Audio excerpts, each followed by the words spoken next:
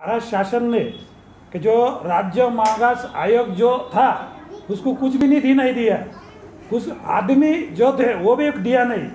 तो इसकी सब ओबीसी की दखल लेके इतने बड़े पद पे होके भी कि भाई जो सदस्य होके उसमें मेरा क्या फायदा है, मेरे ओबीसी भाइयों के लिए क्या उसमें मिल रहा है, ये सब छोड़ करके बहुत बड़ा दिव्य काम डॉक्टर बबन राव जी तायवाड़े ने किया कि उन्होंने ये सब कुछ हो रहा नहीं, कुछ मिल रहा नहीं या राज्य मागास आयोग को, इसलिए उन्होंने तड़पा पड़ के उसका राजीनामा दे दिया कि मैं होके भी यहाँ पे कुछ मिला नहीं। ये बहुत बड़ी बात है कि आज मैं गर्व से कहना चाहता हूँ कि जब ये होगा तो अपना पद बड़ा नहीं है, अपना ओबीसी समाज बड़ा है, उनके लिए कुछ हो रहा नहीं है, मेरी खुद की कुछ जरूरी नहीं है, तो मैं शोपीस बन के वहाँ पे नहीं रहना चाहता हूँ। इसलिए उन्होंने वो सब सोच के वहाँ पे उन्होंने वो राजीनामा दे दिया है। ये बहुत बड़ी बात है और इसलिए मैं उनका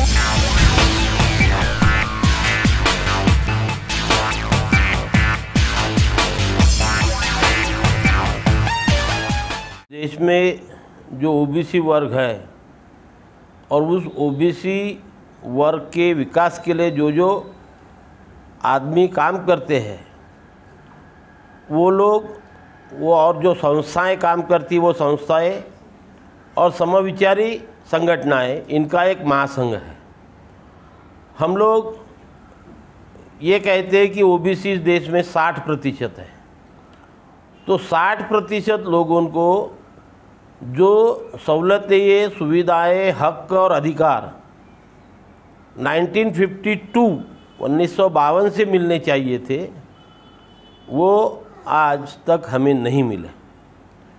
वो नहीं मिलने का कारण ये है कि इस ओबीसी संवर्ग में पूरे देश में 3742 जातियाँ और इस महाराष्ट्र में 370 से ज़्यादा जातियाँ का समूह है। ये 3742 जातियाँ देश की और राज्य की 370 जातियाँ अभी तक सिर्फ जात तक ही सीमित थी, लेकिन जात तक सीमित होने के कारण संविधान में कास्ट को प्लेस नहीं है, स्थान नहीं है। जब तक ये सारे 3742 जातियों के लोग और 370 जातियों के लोग खुद को ओबीसी नहीं कहेंगे, हमको कोई भी सरकार कुछ दे नहीं सकती। और इसलिए ये हम सब लोग इकट्ठा होकर हमारे संवैधानिक अधिकार, मैं जवाबदारी के साथ वर्ड यूज़ कर रहा हूँ कि संविधान के कलम 340 के तहत जो अधिकार हमको 1952 से मिलने चाहिए थे वो मिलाने के लिए हम संघर्ष कर रहे हैं।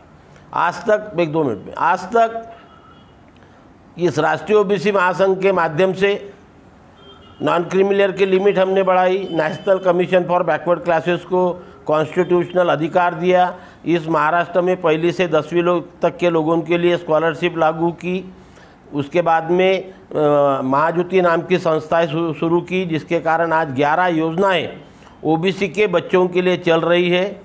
जिसमें से एक योजना है कि जो लोग हमारे 10वीं पास होते उनको JEE नीट का प्रशिक्षण 2 साल का हम लोग फुकट में देते हैं, उनको किताबें देते हैं, लैपटॉप देते हैं, इंटरनेट कनेक्शन देते हैं। पुलिस का ट्रेनिंग हम लोग करवा रहे, 40,000 बच्चों को स्किल डेवलपमेंट का ट्रेनिंग हम लोग देखिए उनको नौकरी देने वाले हैं। CA, charter accountant, company secretary बनाने का कोशिश कर रहे। पायलट ट्रेनिंग 25 लोगों को दे रहे फ्री ऑफ कॉस्ट, जिसका एक बच्चे का मिनिमम खर्चा 17 से 20 हज़ार रुपये आता है। महिलाओं के लिए योजना हम लोग ला रहे, IAS, IPS 1000 बच्चों को UPSC और 2000 बच्चों को MPSC का। आज या ठिकाणी महाराष्ट्र राज्य ओबीसी जनजागरण संघर्ष समिती तसेच प्रदेश तेली महासंघ यांच्या प्रदेश कार्यालयावर राष्ट्रीय ओबीसी महासंघाचे सन्माननीय अध्यक्ष बबनरावजी तायवाडे साहेब हे सदिच्छा भेट देण्यासाठी या ठिकाणी आलेले आहेत।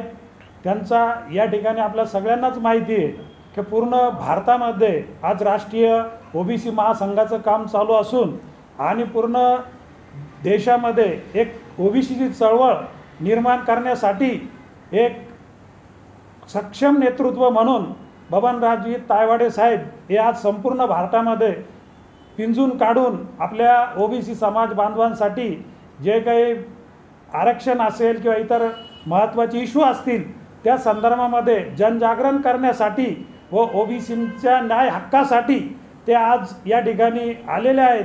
ते एक माझ्या प्रदेश कार्यालयावर या ठिकाणी ते आलेत. त्यांनी माझा या ठिकाणी सत्कार स्वीकार केला आणि आपला अमूल्य वेळ या ठिकाणी दिला. त्याबद्दल मी महाराष्ट्र राज्य ओबीसी जनजागरण संघर्ष समिती तसेच प्रदेश तेली महासंघ यांच्या वतीनं साहेबांना या ठिकाणी खूप खूप धन्यवाद देतो. आणि साहेब, तुम्ही ओबीसीसाठी खूप काही चांगलं काम करा. आम्ही तनमन धनाने आपल्याबरोबर राहू आणि चळवळ खूप मोठी होवो आणि या ठिकाणी ओबीसीचे प्रश्न सोडवो अशीच मी ईश्वरचरणी प्रार्थना करतो. आणि साहेबांच्या पुढील वाटचालीसाठी या ठिकाणी मी त्यांना धन्यवाद देतो. जय हिंद, जय महाराष्ट्र, जय ओबीसी, जय मंडल. धन्यवाद. हिंदी पकड़ो ये पकड़ो ये नीचे थोड़ा सर, आज जो ओबीसी का आज ओबीसी का जो मैटर चालू है, कोर्ट ने भी उसको ये कर दिया, तो आप इसके बारे में कौन सा कदम उठेंगे आगे? ये देखिए, राष्ट्रीय ओबीसी महासंघ ये इस देश में जो ओबीसी वर्ग है और उस ओबीसी वर्ग के विकास के लिए जो आदमी काम करते हैं वो लोग और जो संस्थाएं काम करती वो संस्थाएं और समविचारी संगठनाएं, इनका एक महासंघ है. हम लोग ये कहते हैं कि ओबीसी इस देश में 60% है. तो 60% लोगों को जो सहूलतें, सुविधाएं, हक और अधिकार 1952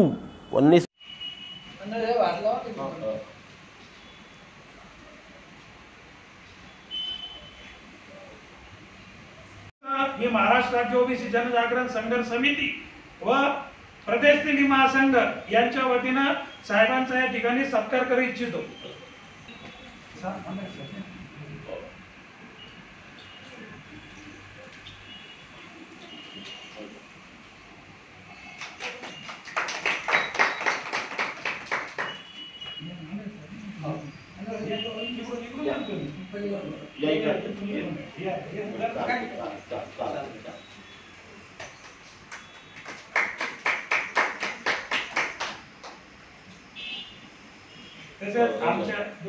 तसेच आमच्या महिला टीमला सुद्धा मी अनुभव हे करतो की त्यांनी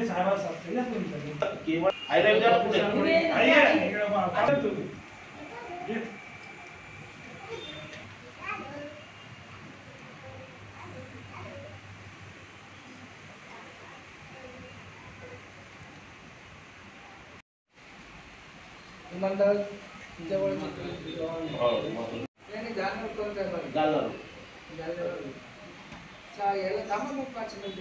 मी महाराष्ट्र राज्य ओबीसी जनजागरण संघर्ष समिती व प्रदेश तेली महासंघ यांच्या वतीनं साहेबांचा या ठिकाणी सत्कार करू इच्छितो.